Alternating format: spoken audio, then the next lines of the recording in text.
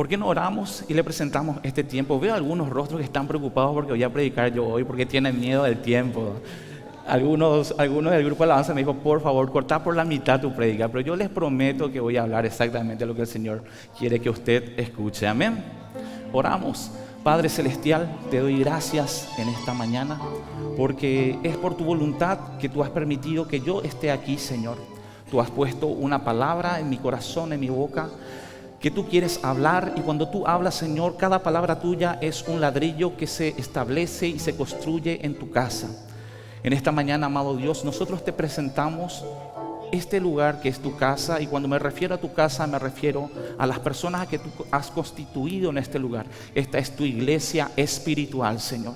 Te entregamos a esta iglesia espiritual y pedimos, Señor, que cada cosa que el enemigo ha levantado en este lugar, que no ha sido tú, Señor, cada cosa, Padre Santo, pueda ser desactivado y solamente tu reino pueda ser establecido en este lugar. En el nombre de Jesús, recibe, Señor, este tiempo. Amén y amén. Yo quiero que usted se despierte, por eso quiero que le dé un fuerte aplauso al Espíritu Santo.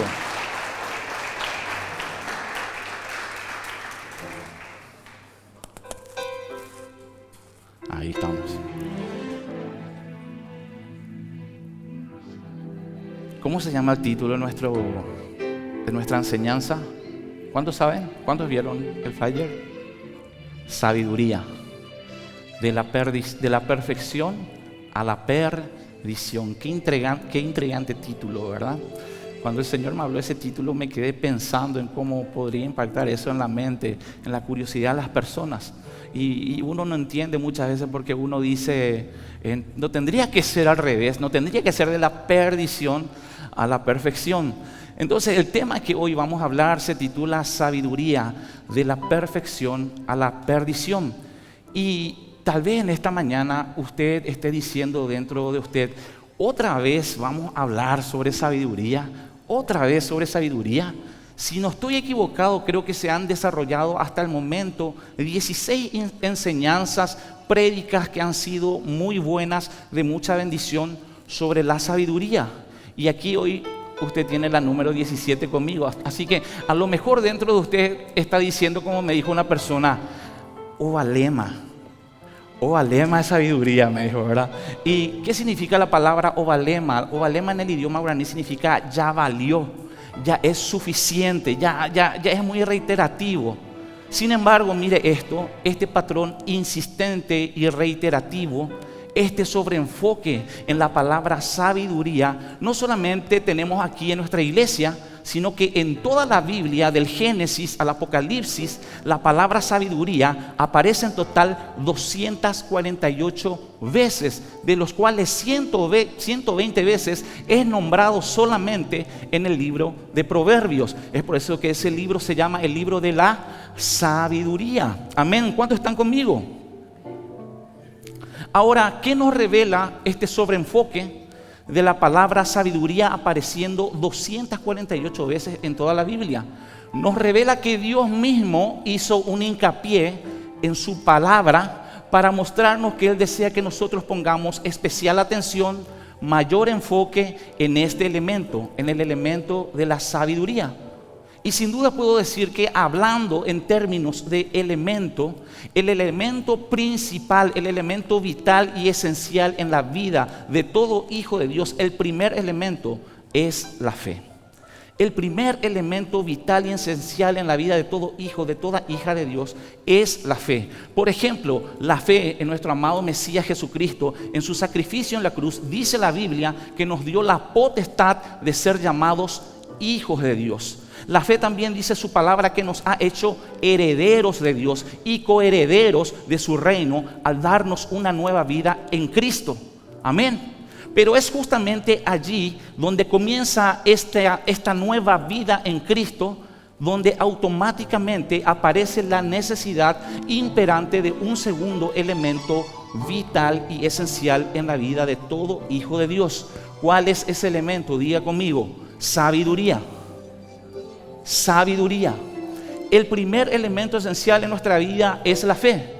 Y el segundo elemento esencial después de la fe es la sabiduría. ¿Por qué esto, hermanos? Porque mientras el propósito de la fe es manifestar y revelar la existencia del Dios vivo a través de mi nueva vida en Cristo, el propósito de la sabiduría es manifestar la mente de Dios en nosotros. Primeramente en nuestra forma de ser y luego en nuestra forma de hacer todas las cosas. Y usted y yo, queridos hermanos, necesitamos la mente de Dios para pensar como Dios, para hablar como Dios, para entender como Dios, para escuchar como Dios, para sentir como Dios y para actuar como Dios. ¿Para qué todo eso? Para que Dios pueda ser visto, pueda ser manifestado y revelado al mundo que no le conoce a través de nosotros. Porque mientras el mundo siga viendo de nosotros mismos, no va a conocer a Dios. Pero cuando el mundo le conoce a Dios a través de nuestra forma de pensar, a través de nuestra forma de ser, a través de nuestra forma de actuar, entonces Dios es revelado a través nuestro. ¿Cuántos dicen amén? Aleluya. ¿Por qué también necesitamos tener la mente de Dios? Nosotros necesitamos tener la mente de Dios. Romanos capítulo 12, versículos dice, para que podáis comprobar cuál es la voluntad agradable y perfecta que Dios tiene en nuestras vidas. Aquí el Señor nos está diciendo, ustedes tienen que resetear su mente, tienen que cambiar el software que recibieron cuando nacieron de sus padres y cuando vivían una vida sin Cristo. Necesitamos cambiar ese software, ese chip antiguo y poner el software de Dios para que nuestra mente comience a ser la mente de Dios. ¿Cómo se llama el software de Dios? El software de Dios se llama su palabra, su Biblia, que dice que es espíritu y vida y tiene la capacidad de transformar el alma, el cuerpo y el espíritu. Amén. ¿Qué nos dice el Señor? Nos dice que si nosotros no tenemos una renovación de nuestra mente, no vamos a poder entender qué onda tiene Dios con nosotros, qué se trae Dios con nosotros.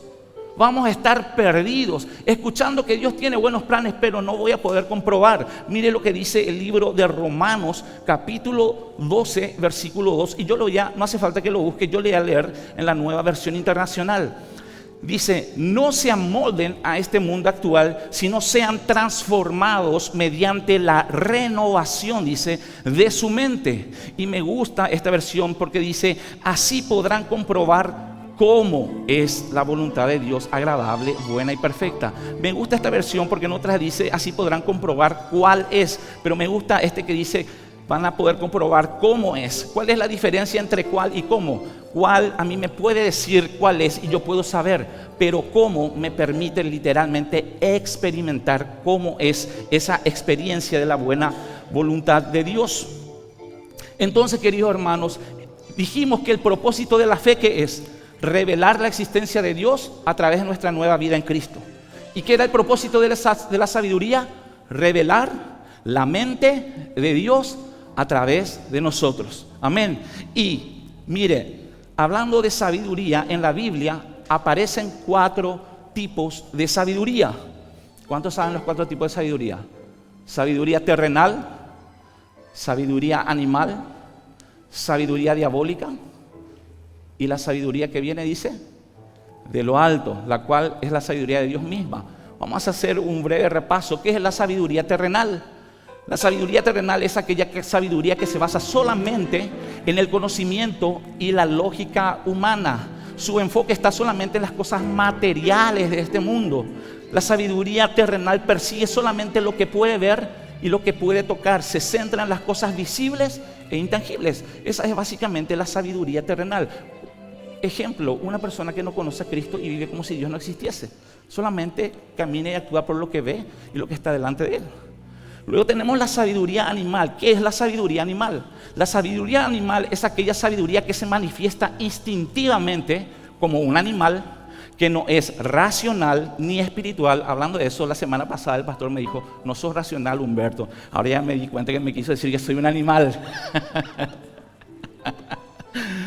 Estoy bromeando. La sabiduría animal es esa sabiduría instintiva que se manifiesta como un animal que no es. ni racional ni espiritual y es impulsada a través de los sentidos, es promovida por los impulsos a través de los sentidos naturales del ser humano, el ojo, la vista, la boca. Escuchen bien sobre esta sabiduría porque es interesante. Yo creo que la mayoría, no voy a decir somos animales, pero la mayoría muchas veces actuamos por una sabiduría animal. La sabiduría animal actúa en base a su deseo y su necesidad inmediata. Ve algo y quiere, escucha algo y quiere perseguir. Es así instintivo como un animal y no tiene en cuenta los principios bíblicos, ni tiene en cuenta los resultados a corto y a largo plazo, no tiene en cuenta las consecuencias. Él dice, no me importa, me gusta esa mujer no es mi esposa. No sé, estoy tratando de pensar cómo pensaría una persona. Dice, es demasiado linda, es demasiado joven, tal vez ya nunca más tenga la oportunidad de tener algo así. ¡Pam! Se olvida de Dios, se olvida de la familia que Dios le dio, de la mujer que Dios le dio, del propósito de Dios y se lanza. Sabiduría animal.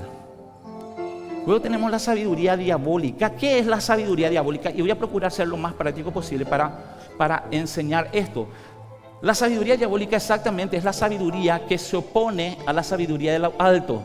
Que dice, ¿cómo es la sabiduría de lo alto? Dice, es pacífica, es mansa, llena de buenos frutos, llena de misericordia, es benigna, sin incertidumbre y sin hipocresía, dice.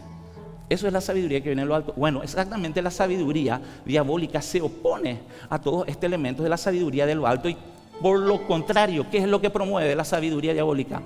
Un ambiente de conflicto, un ambiente de enemistad, un ambiente de división, un ambiente tenso. Eso básicamente son estos cuatro tipos de sabidurías. Ahora, pregunto, ¿cómo pueden existir 4 tipos de sabidurías si la sabiduría en esencia es una sola, proviene de una sola fuente divina que es pura y perfecta y que dice su palabra que es Dios, porque Dios es la única fuente de toda sabiduría y esta sabiduría puede ser dada solamente por Él? Porque convengamos algo, cuando Dios creó a los seres espirituales, cuando Dios hizo su creación angelical, los ángeles, los arcángeles, los serafines, los querubines, Él tomó de su propia sabiduría divina, perfecta, buena, pura, y se la puso a su creación angelical. Cuando Dios creó al hombre y a la mujer del polvo de la tierra y les hizo a su imagen y semejanza, Dios tomó también de su propia sabiduría divina, buena, perfecta, pura, y se la puso al hombre y a la mujer. Y cuando Dios hizo todas las creaciones de animales en la tierra en el periodo creacional, también Dios tomó de su propia sabiduría, que es pura, buena, y se la colocó a cada especie de animal. Y queridos hermanos, toda esta creación que Dios hizo, la angelical, la humana y la animal, fue buena y fue perfecta. Mire lo que dice el libro de Génesis capítulo 1, versículo 31. Dice, esto pasó al 6º día después de que Dios hubo creado todas las cosas. Dice, y vio Dios todo lo que había hecho. ¿Y qué dijo Dios? Y he aquí, era bueno en gran manera. Toda esa sabiduría divina que Dios le puso a los ángeles era buena. Toda esa sabiduría que Dios le puso al hombre y a la mujer era buena y en gran manera. Eso significa era perfecta.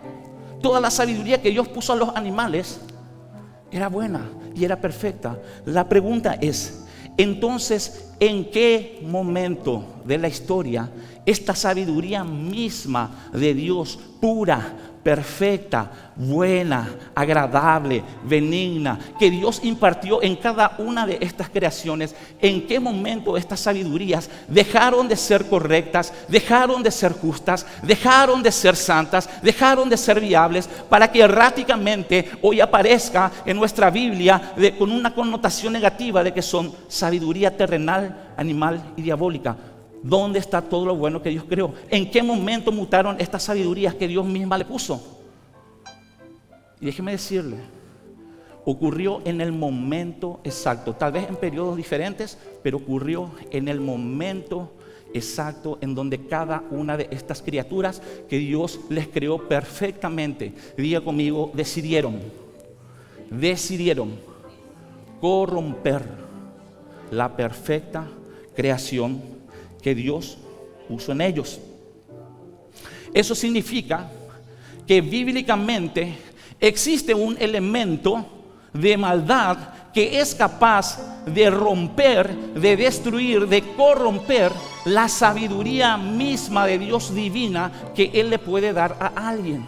Eso significa que existe un elemento de maldad que tiene la capacidad de corromper algo perfecto y bueno en gran manera que Dios hace. Y pensar de esa forma, saber que existe un elemento que puede corromper lo perfecto y lo divino que Dios hace, crea y le puede dar a una persona es terrible, ¿cierto? Y vamos a ver cuál es ese elemento. Pero antes de descubrir qué es eso, déjenme decirles que Dios nunca creó o crea nada malo o algo imperfecto. Porque hay muchas personas, millones de personas en el mundo, que por un analfabetismo espiritual de conocimiento de las Escrituras, ¿qué dicen? Si Dios es tan perfecto, ¿por qué creó el mal? Si Dios es tan perfecto, ¿por qué le creó a Satanás o al diablo? Y déjenme decirles, queridos hermanos, que no existe un solo pasaje en las Escrituras donde usted pueda encontrar que Dios le creó a un ser diabólico llamado Satanás. No existe en ninguna parte de la Biblia un lugar donde diga que Dios le creó a un ser malévolo llamado diablo. Dios no le creó jamás a Satanás, ni Dios no le creó jamás a lo que el mundo conoce como diablo. ¿Saben qué dice por el contrario las Escrituras? Las Escrituras dicen que Dios creó a una criatura que era perfecta. Dice, era un querubín acabado en hermosura. ¿Qué significa que era un querubín acabado en hermosura? Que toda la belleza y toda la hermosura que se le puede dar a alguien se le dio a ese querubín.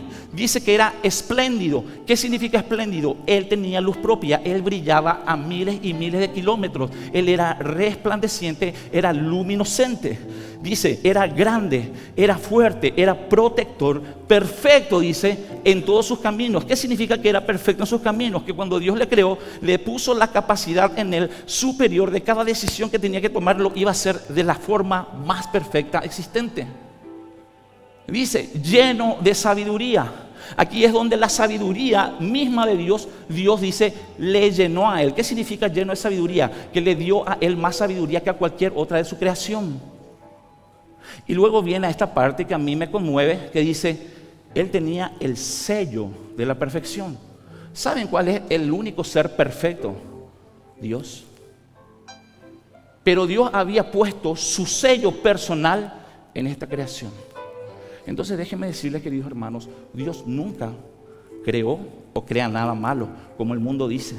Que si por qué creó a Satanás y por qué creó el mal. Lo que la Biblia dice es que Dios crea seres perfectos.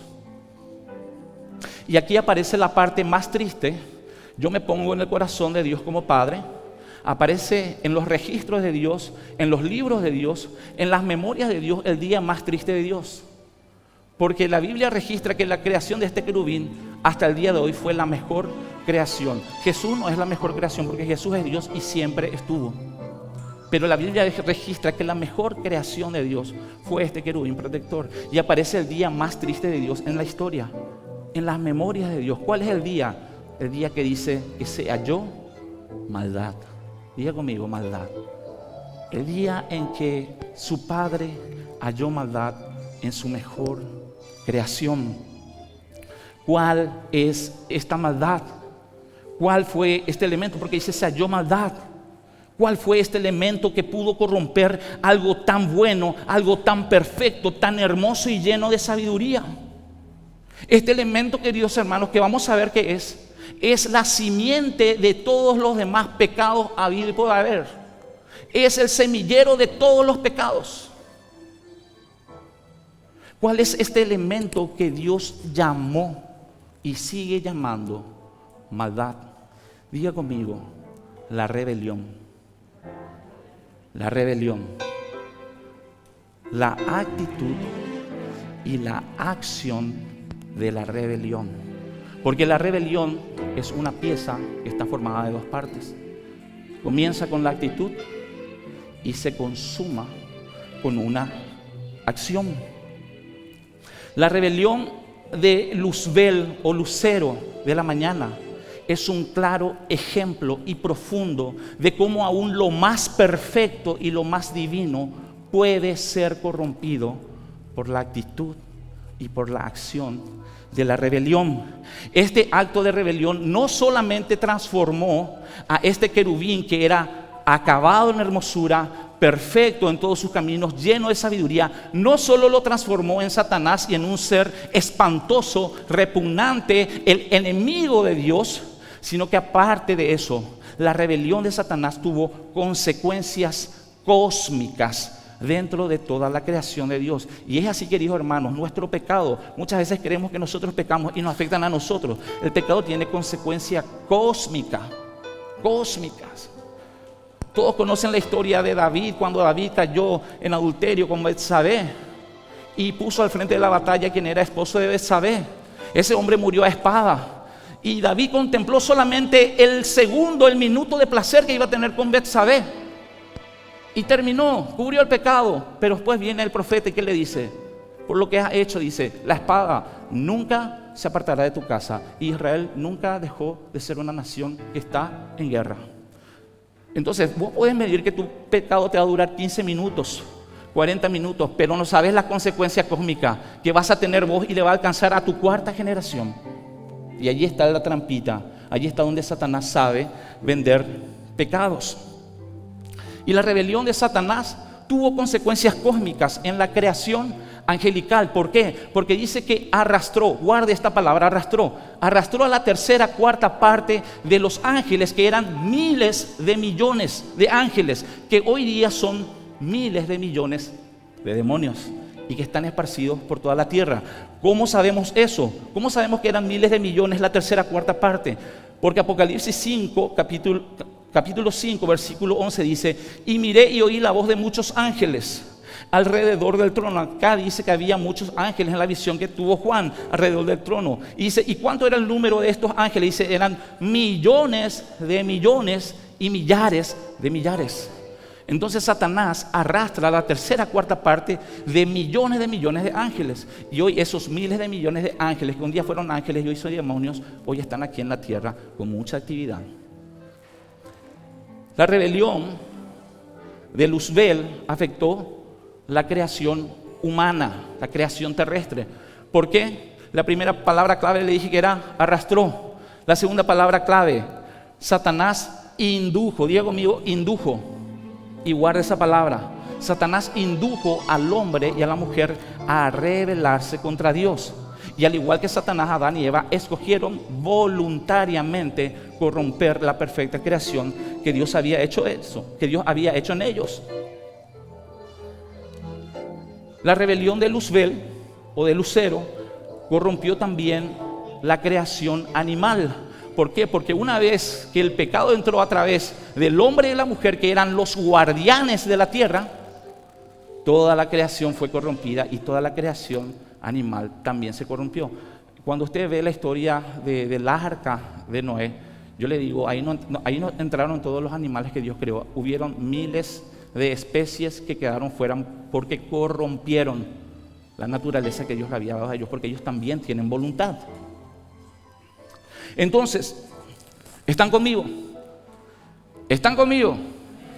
La rebelión, queridos hermanos, tiene la capacidad, piensen esto, la rebelión tiene la capacidad de corromper todo lo bueno, todo lo perfecto que Dios creó y puede crear y que pudo dárselo alguna vez a alguien. Y le pongo esta: si la rebelión pudo corromper un lugar tan sagrado, tan puro y tan alto, donde estaban los millones de ángeles de Dios, y si la rebelión pudo corromper el lugar más seguro en la tierra, que era el huerto del Edén, un lugar donde solo Dios descendía y se paseaba y por primera vez le puso al primer matrimonio sobre la tierra, déjame decirte que si la rebelión pudo corromper estos dos lugares que son ultra sagrados, ultra protegidos, yo te voy a decir, entonces la rebelión tiene la capacidad de corromper tu casa.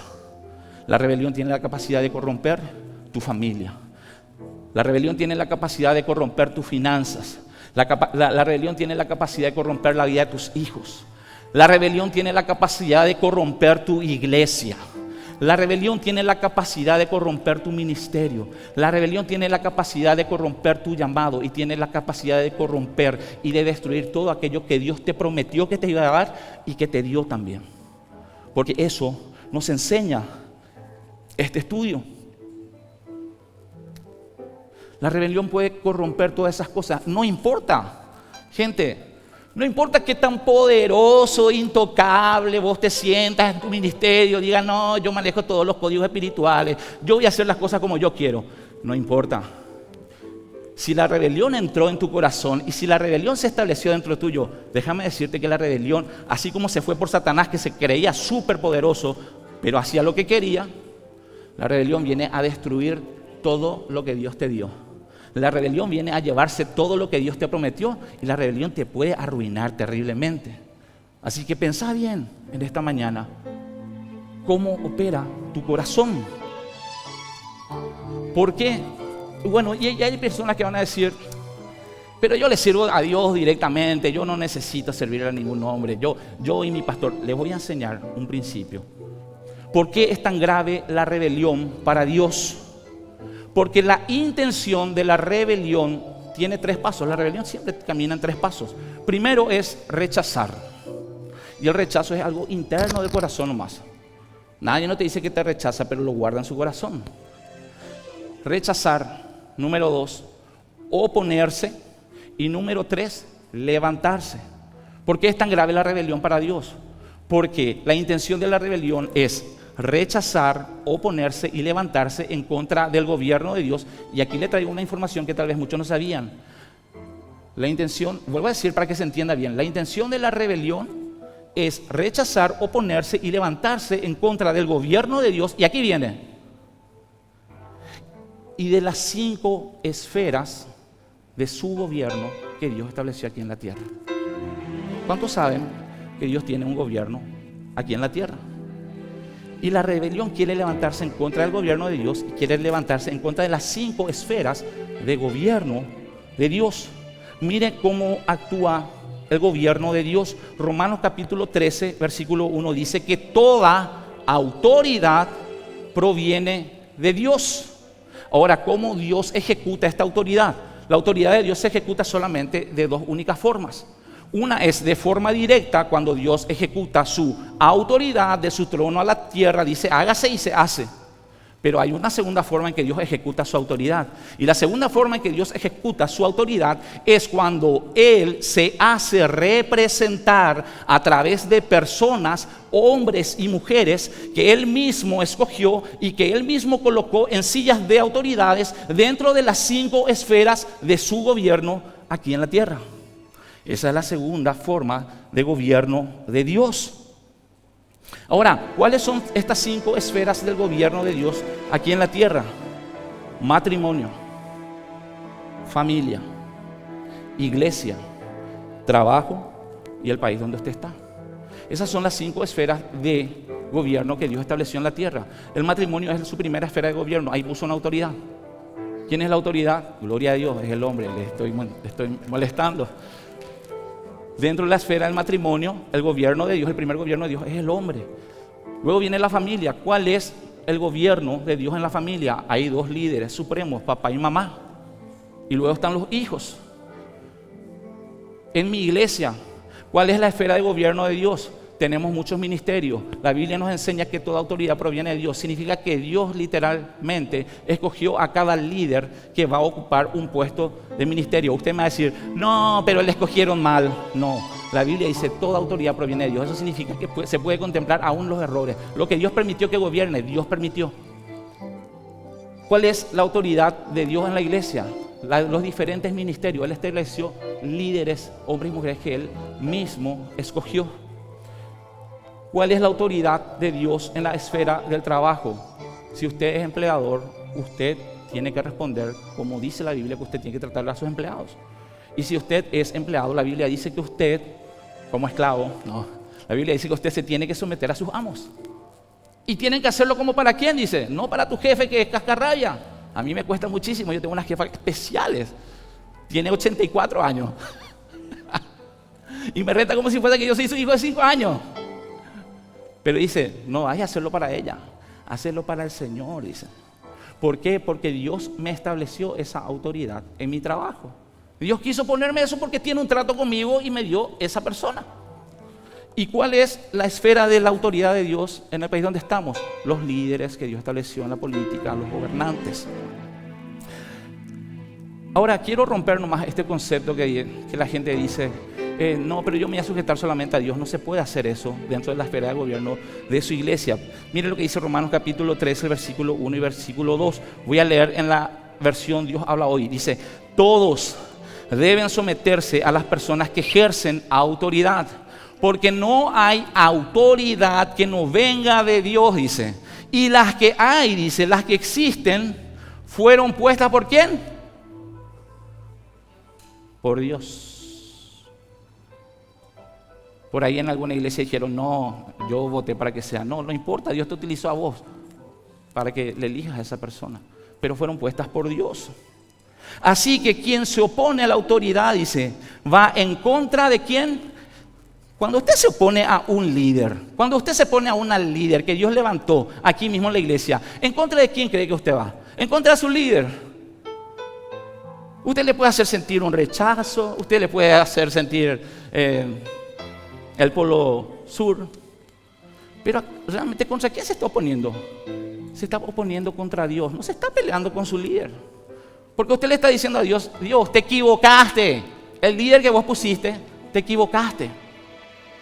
Y quien se opone, dice, al gobierno de Dios, que dice que le pasa, acarrea condenación. Quiere decir que hay un elemento, un derecho legal, espiritual, que somete a la persona que se revela a las autoridades dentro de las 5 esferas del gobierno de Dios para que viva bajo una cobertura de maldición que puede caer la ficha en cualquier parte de tu vida, en tu familia, en tus hijos, en tu trabajo, en cualquier lugar.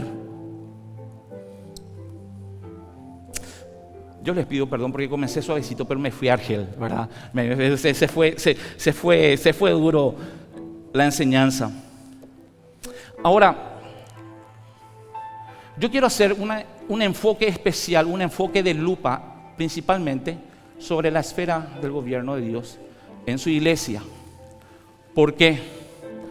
Porque Dios está a punto de dar a luz ciertos eventos que fueron profetizados muchísimos años atrás, cuando la iglesia iniciaba. ¿Cuántos profetas de Dios envió a Cariape? Y hubieron muchísimas profecías que están a punto de darse a luz. Estamos, como le dije al principio, estamos a punto de entrar en un nuevo tiempo, en un tiempo de mucha cosecha, en un tiempo de mucha multiplicación.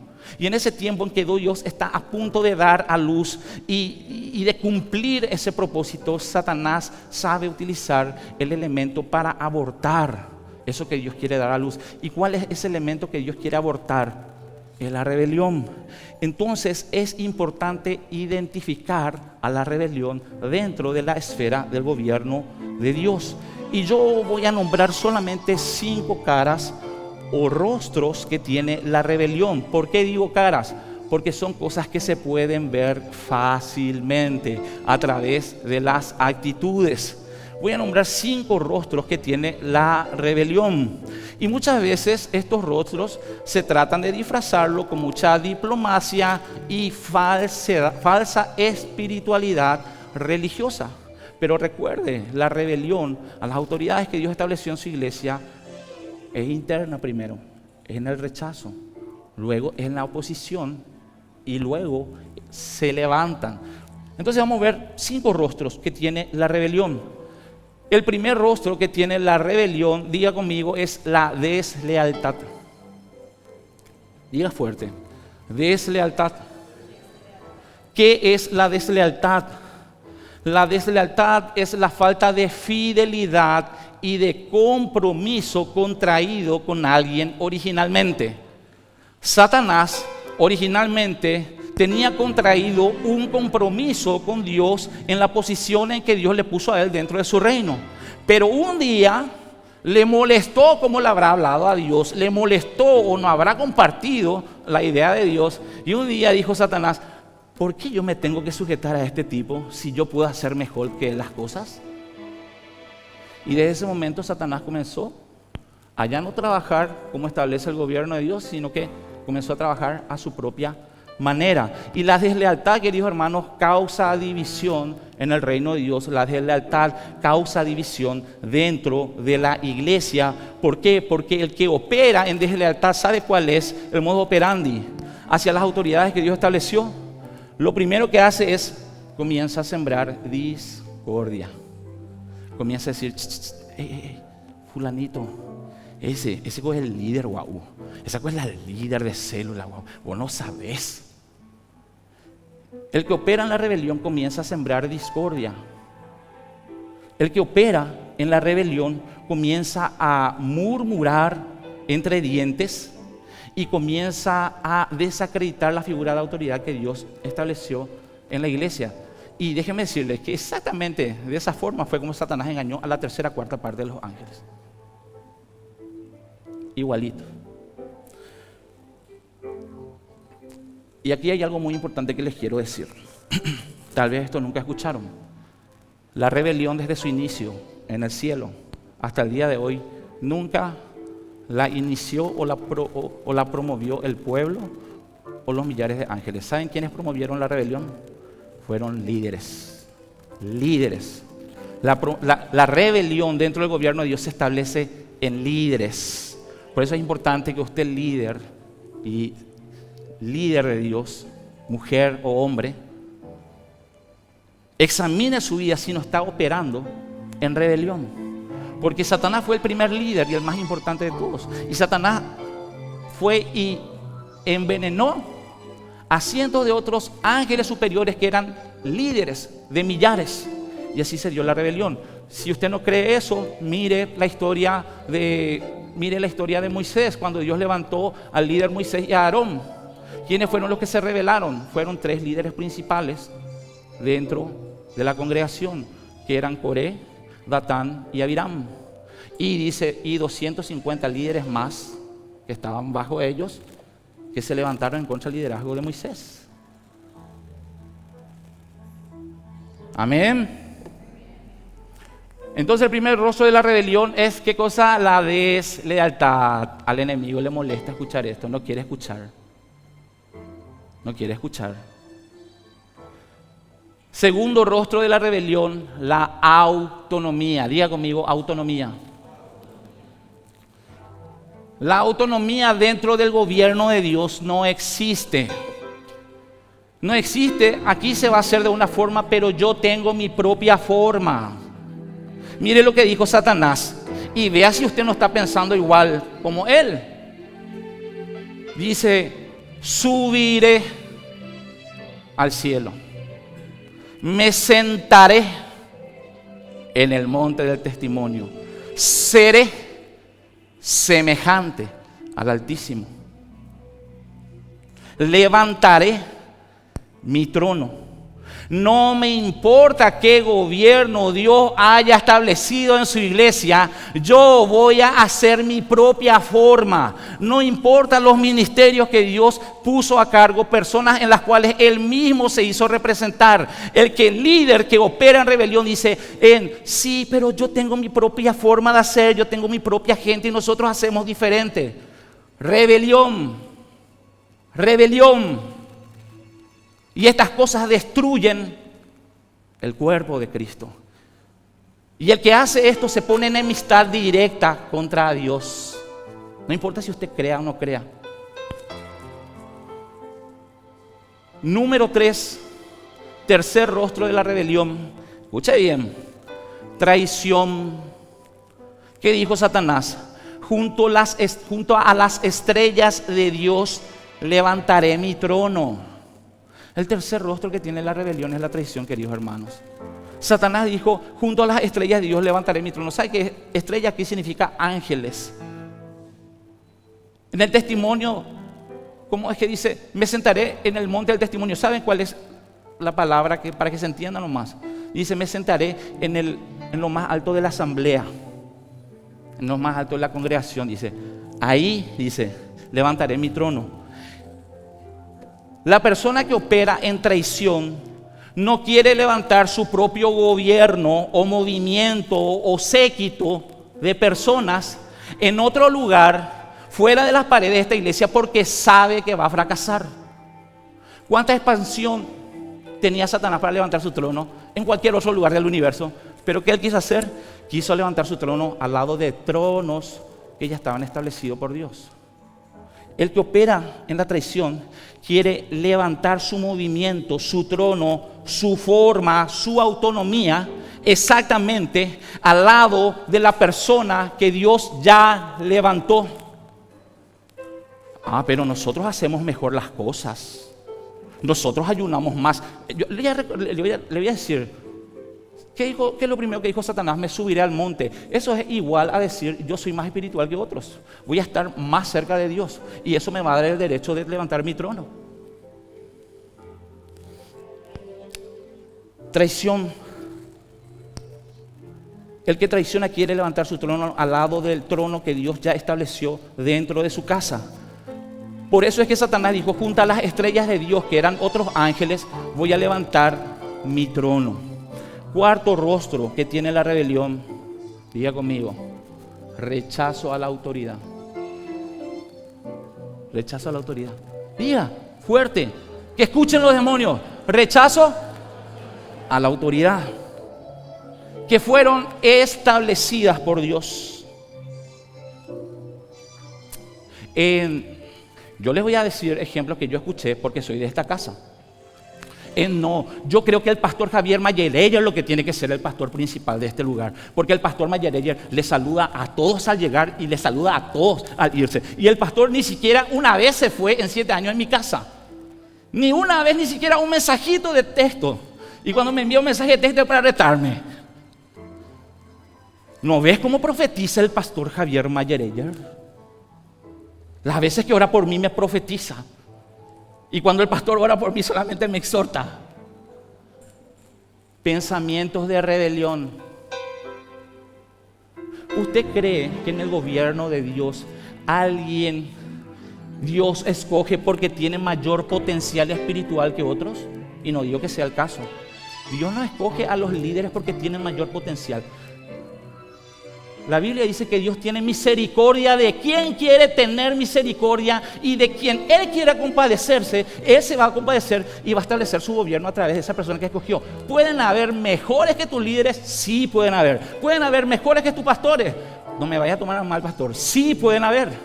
Pero las personas que Dios escogió, Dios la escogió. Y cuando vos tenés una actitud rebelde, yo voy a ser aparte lo mío, porque nosotros tenemos otro manejo. No existen dos voluntades dentro del trono de Dios. Eso es una mentira del diablo.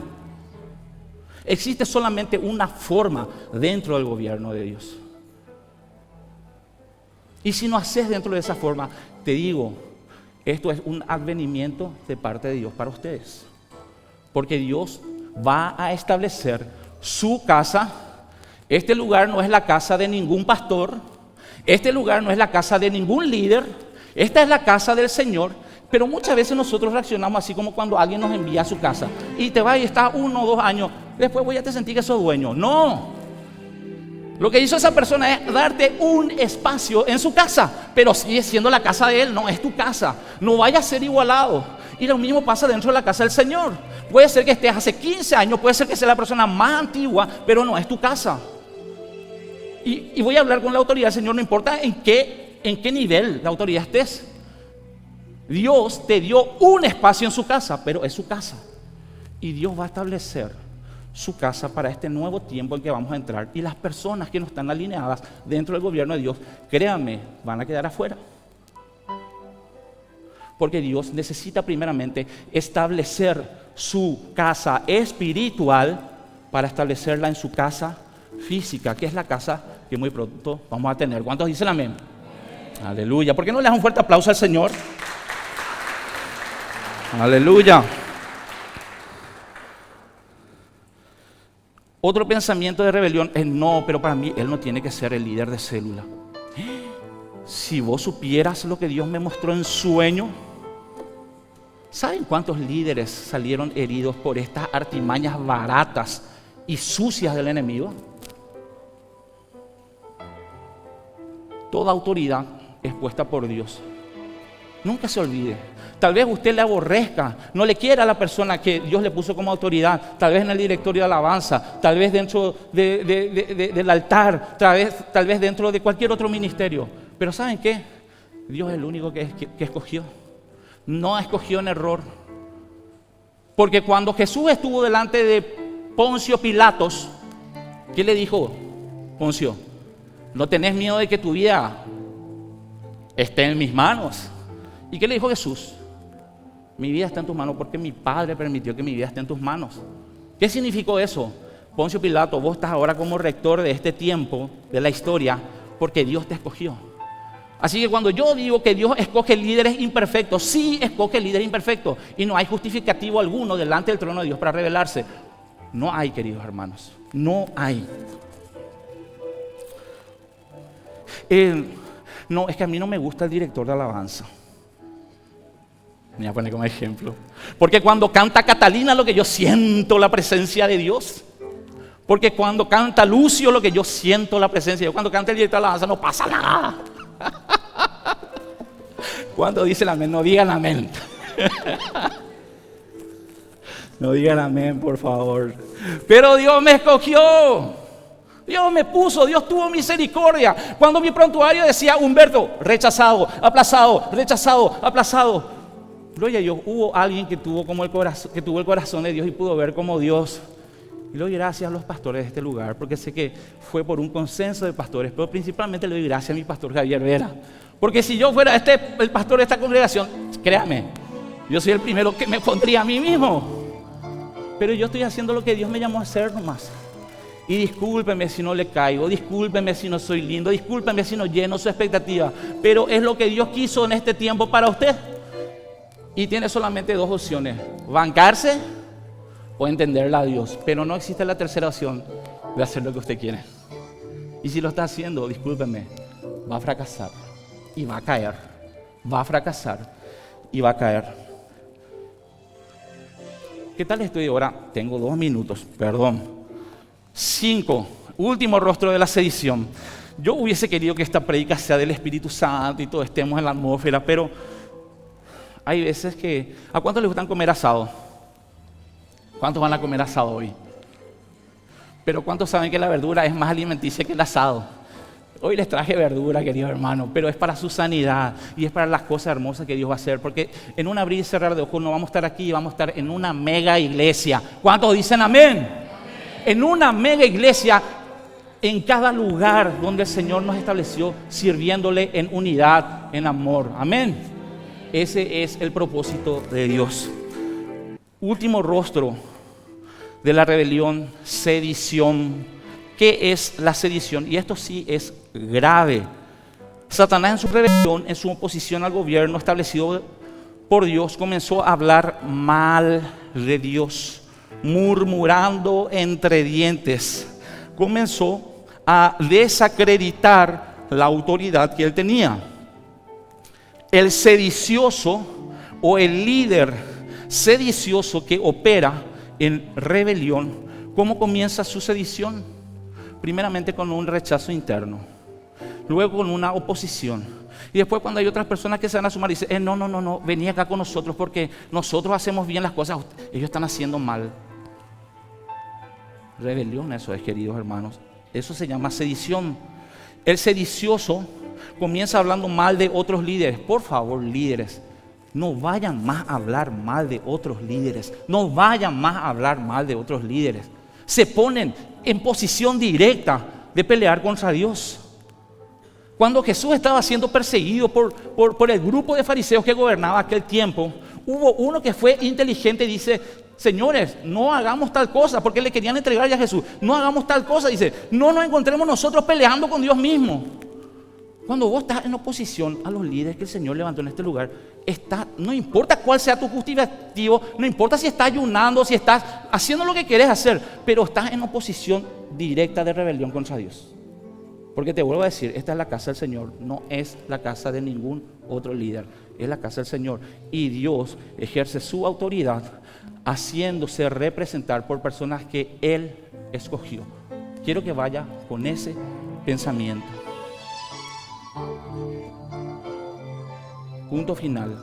Consecuencias de la rebelión. 2 consecuencias nomás yo voy a decir. El Señor se aparta de los rebeldes. El Señor se aparta de los rebeldes. Y estoy hablando principalmente para el liderazgo. Cuando Dios levantó a Moisés y a Aarón, y aparecieron 3 líderes de su congregación que tenían cargos importantes de autoridad.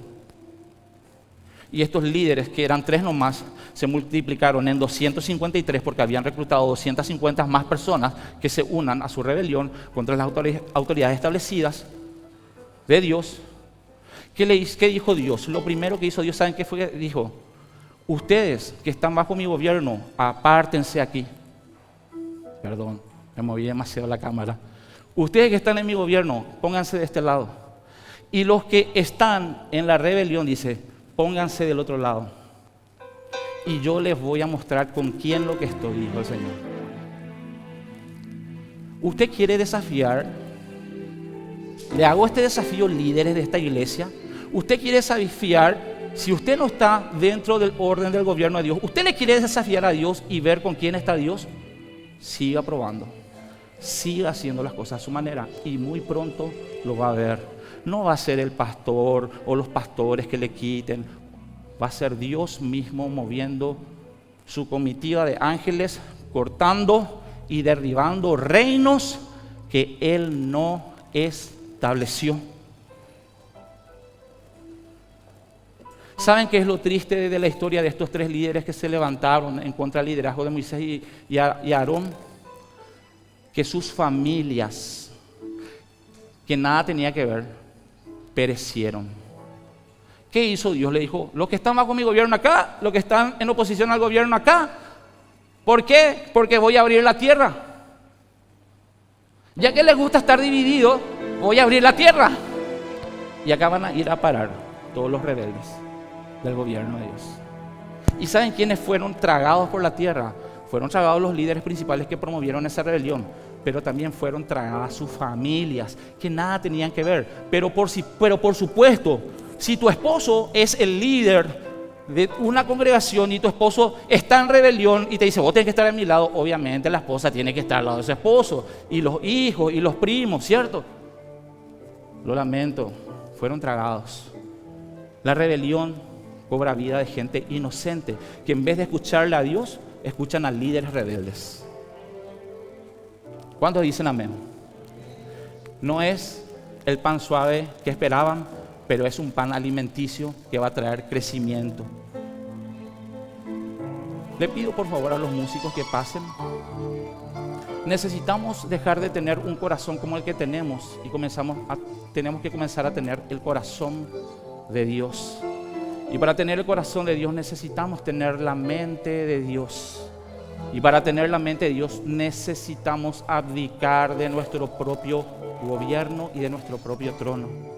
Y solamente Dios tiene la capacidad de cambiar un corazón obstinado, endurecido y rebelde. ¿Quién es testimonio de ese cambio? Yo era un hombre rebelde dentro de la casa donde Dios me estableció. Aquí están mis pastores. Yo era un hombre rebelde dentro de esta casa. Pero ¿saben qué? Gloria a Dios. Tuve misericordia de mí. Porque Dios es un Dios misericordioso. Y en esta mañana tenés la oportunidad de tomar tu corazón en tu mano y decirle al Señor: Señor, estoy cansado de pensar como yo, de hablar como yo, de sentir como yo, de actuar como yo, de moverme como yo y no me voy a ningún lado. En esta mañana, Señor, yo quiero tu corazón, quiero alinearme a tu gobierno para entrar dentro del cumplimiento de tus promesas, que sé que son buenas, perfectas y agradables para mi vida. Entonces, Señor, congregación, levanta tus manos y pedile al Señor en este momento: dame un corazón obediente, dame un corazón obediente, dame un corazón obediente, Señor. Y ayúdanos, Señor, a erradicar la rebelión, Señor, del gobierno de tu casa porque tu reino es para siempre e inconmovible, amado Padre, en el nombre de Jesús. Y danos, Señor, corazones obedientes, Señor, dentro de las esferas de nuestro hogar, dentro de la esfera de nuestro trabajo, dentro de la esfera de nuestra familia, Señor, que son lugares y gobiernos tuyos que tenemos que, Padre Santo, gobernar con temor y con temblor, amado Dios. Pon temor en este momento en nuestros corazones y danos la sabiduría, amado Dios, que viene de lo alto, que dice que es pura, que es pacífica, Señor, que no es mala, no guarda rencor, no tiene envidia, no se jacta, Señor, no tiene planes ocultos para dañar al prójimo. Padre Santo, danos tu corazón en esta mañana. Ponga su mano sobre su corazón, ponga su mano sobre su corazón, en el nombre de Jesús. Y vamos a pedirle al Señor que nos dé un corazón como Él quiere que tenga a sus hijos. En el nombre de Jesús, ponga su mano en su corazón, ponga su mano en su corazón.